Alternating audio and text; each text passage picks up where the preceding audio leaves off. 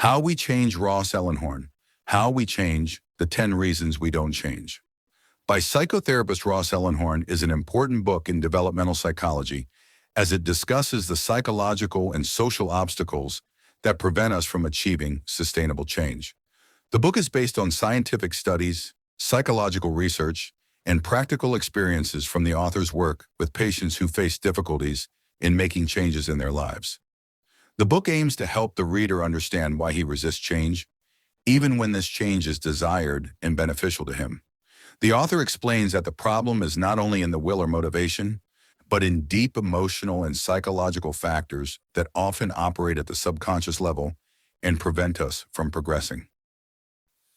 The main idea of the book, contrary to the popular belief that failure to change is due to a lack of will or motivation, Ellenhorn explains that there are 10 main psychological reasons that make change difficult.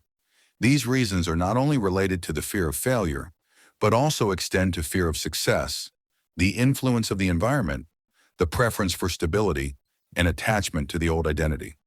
The author aims to uncover these invisible factors and help the reader overcome them through a deeper understanding of how the human mind works in the face of change.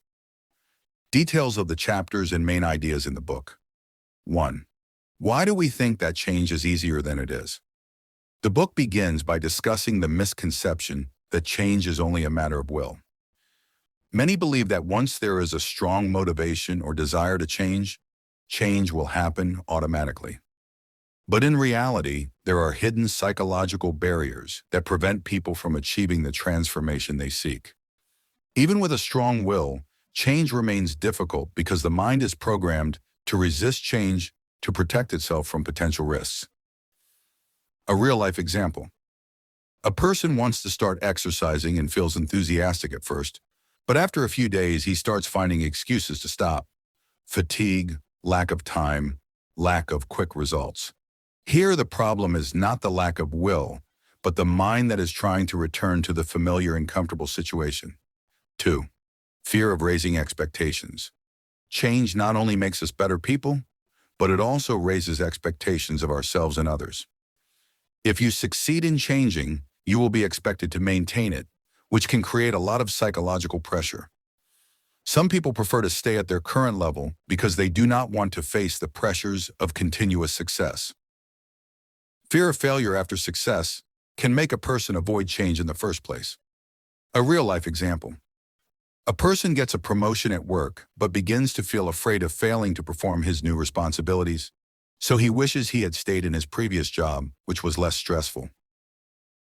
3. Comfort in the current situation, even if it is unhealthy. The human mind loves routine and stability, even if this stability is unhealthy. Change means moving into the unknown, which is frightening to the mind. Well, many choose to stay in familiar suffering rather than risk a new experience. Real-life example. A person who is in an unhappy relationship but doesn't break up because they're afraid of being alone, or they don't think they'll find another partner. 4. Resisting the loss of identity. Some people define themselves by their problems. When they try to change, they feel like they're losing part of their identity. And changing behavior can mean losing touch with certain people or leaving a familiar environment, which makes change painful. Real-life example. A person who used to be the shy one in their social group, and when they start to become more outgoing, they feel like they're no longer themselves, which causes them to revert to their old habits. 5. Fear of success. Not only is failure scary, success can be terrifying too. Success means greater responsibilities, higher pressures, and expectations from others. Some people would rather stay in their comfort zone than face the new pressures that success brings. Real-life example. A person has a talent for writing, but does not publish his work for fear that others will expect him to always write at a high level. 6. The influence of the social environment. People around us may not support our change and may even feel threatened by it. When a person starts to improve his life, it may make others feel bad about themselves. Some people try to discourage us because they do not want to feel less successful. Real-life example. A person starts following a healthy regimen, but his friends make fun of him and encourage him to return to his old habits so that they do not feel guilty about themselves. 7. Adrenaline addiction and chaos. Some people feel comfortable in an unstable life full of problems and conflicts. When trying to live quietly, they get bored and start creating new problems. Real life example. A person who is used to drama and problems in his emotional life, and when he enters a stable relationship, he feels that it is boring, so he starts to stir up problems unconsciously. And number 8. Lack of faith in the ability to change. Previous experiences of failure make a person believe that he cannot change. If a person has tried to change several times and failed, he may start to believe that he is doomed to remain the same. Real life example. A person who has tried to lose weight several times and failed begins to believe that he is unable to lose weight, which makes him stop trying. 1.9. Unrealistic expectations. Many people expect quick and easy results, and when they do not get them, they become frustrated. Change takes time and patience, but it is often slower than we want. Real life example. A person starts learning a new language, but feels frustrated after a month because he is not fluent, so he stops learning. How can we overcome these obstacles? Awareness of unconscious problems. Realizing that we face these obstacles helps us deal with them. Gradual change. Don't try to change everything at once. Create a supportive environment. Avoid negative people who hold you back. Redefine your identity. Don't let your problems define you. Accept failure. Change is not a straight line, and it's normal to experience setbacks. Conclusion. Change is not just willpower. It's a complex psychological process that requires a deep understanding of the unconscious barriers that hold us back. This book provides powerful tools to help anyone achieve real, sustainable change in their life. The most prominent stories in the book. How We Change, Ross Ellenhorn. The book contains many real stories that illustrate how people face difficulties in changing, whether due to fear, social environment, or unconscious psychological barriers. Here are the most prominent stories presented by the writer with a detailed analysis. Quote 1. John's story, the employee who fears success. The story.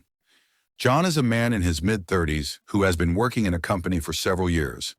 He has high skills in his work and has a good chance of promotion, but every time he gets an offer for a promotion, he rejects it without a clear reason. When his colleagues and manager ask him about the reason, he makes excuses such as, "I am comfortable in my current position. I don't want more pressure.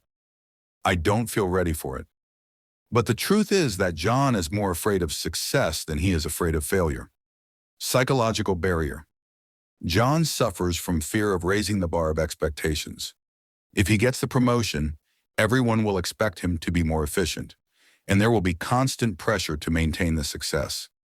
His subconscious mind prefers to stay in his current position, even if it is below his capabilities, because it provides him with a sense of security. How did John overcome the problem? John began to understand that his fear was not of the work itself, but of the expectations that come with success. He decided to talk to a career development coach and began to try small responsibilities in his current job instead of jumping straight to the promotion. He eventually accepted the promotion, but he did so gradually so as not to feel overwhelmed. 2. Sarah's story. The girl stuck in a bad relationship. The story. Sarah had been in an unhappy relationship with her partner for years. She was suffering from emotional neglect, and she felt that she was not getting the love or appreciation she deserved, but she was unable to leave the relationship. When her friends asked her why she did not break up, she always replied, "I love him. I have invested too much in this relationship. What if I don't find someone else?" But the truth is that Sarah was more afraid of the unknown than she was of staying in a bad relationship. Psychological barrier. Sarah suffers from a fear of losing her identity. Over the years, this relationship has become part of her life and identity. Even if she was unhappy, the idea of living without her partner was more frightening to her than continuing in an unsatisfying relationship. How did Sarah overcome the problem? After realizing that her fear was based on fear of change rather than true love, she began planning to get out of the relationship gradually. She sought support from her friends and family and began building an independent life before making the final decision to separate. 3. Michael's story. The person who tried to lose weight but always fails. Story. Michael is a man in his 40s who is overweight. He has tried several times to stick to a diet and exercise program, but he always returns to his old habits. Every time he starts, he is enthusiastic, but after a week or two, he feels frustrated and loses motivation and says to himself, "Change is too hard. I will never be able to lose weight. I don't have the discipline."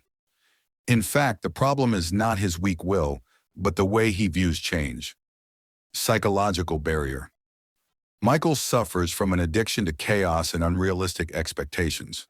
He expected to see big results quickly, and when they didn't happen, he would get frustrated and stop trying. He was also used to a chaotic lifestyle, which made following a healthy regimen boring. How did Michael overcome the problem? Instead of trying to change everything at once, Michael started making small, sustainable changes, such as walking for 10 minutes a day instead of joining a gym for 2 hours a day. Replacing some unhealthy foods with better ones instead of suddenly changing his entire diet. Focusing on gradual progress instead of quick results.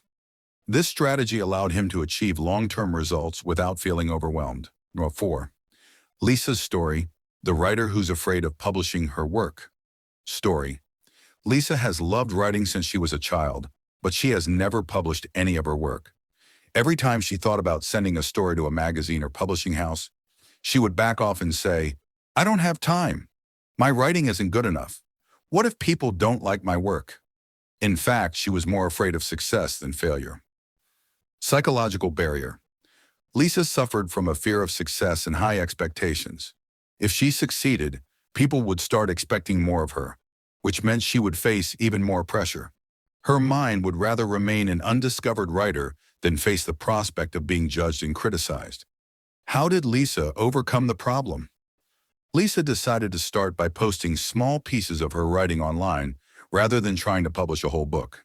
In this way, she was able to overcome her fear of criticism step by step until she became more comfortable sharing her work. And 5. David's story, the entrepreneur who couldn't quit a failing project. Story. David started a business 5 years ago, but it wasn't making any money. Instead of admitting that the project wasn't working, he kept investing more money and time in it, hoping that things would improve. When his friends advised him to close the project, he refused, saying, "I've invested so much, I can't back down now. What if it works soon? If I close the project, I'll feel like a failure." Psychological barrier. David suffered from psychological attachment to the past and fear of public failure. He believed that closing the project meant he was a failure, when in fact realizing that the project wasn't working was a smart step toward future success. How did David overcome the problem? After discussions with a business consultant, David realized that failing at one project didn't mean failing at life. He decided to close the project and start a new one, using the lessons he had learned. Conclusion. How we change is filled with real-life stories that reflect the deep psychological challenges we face when trying to change.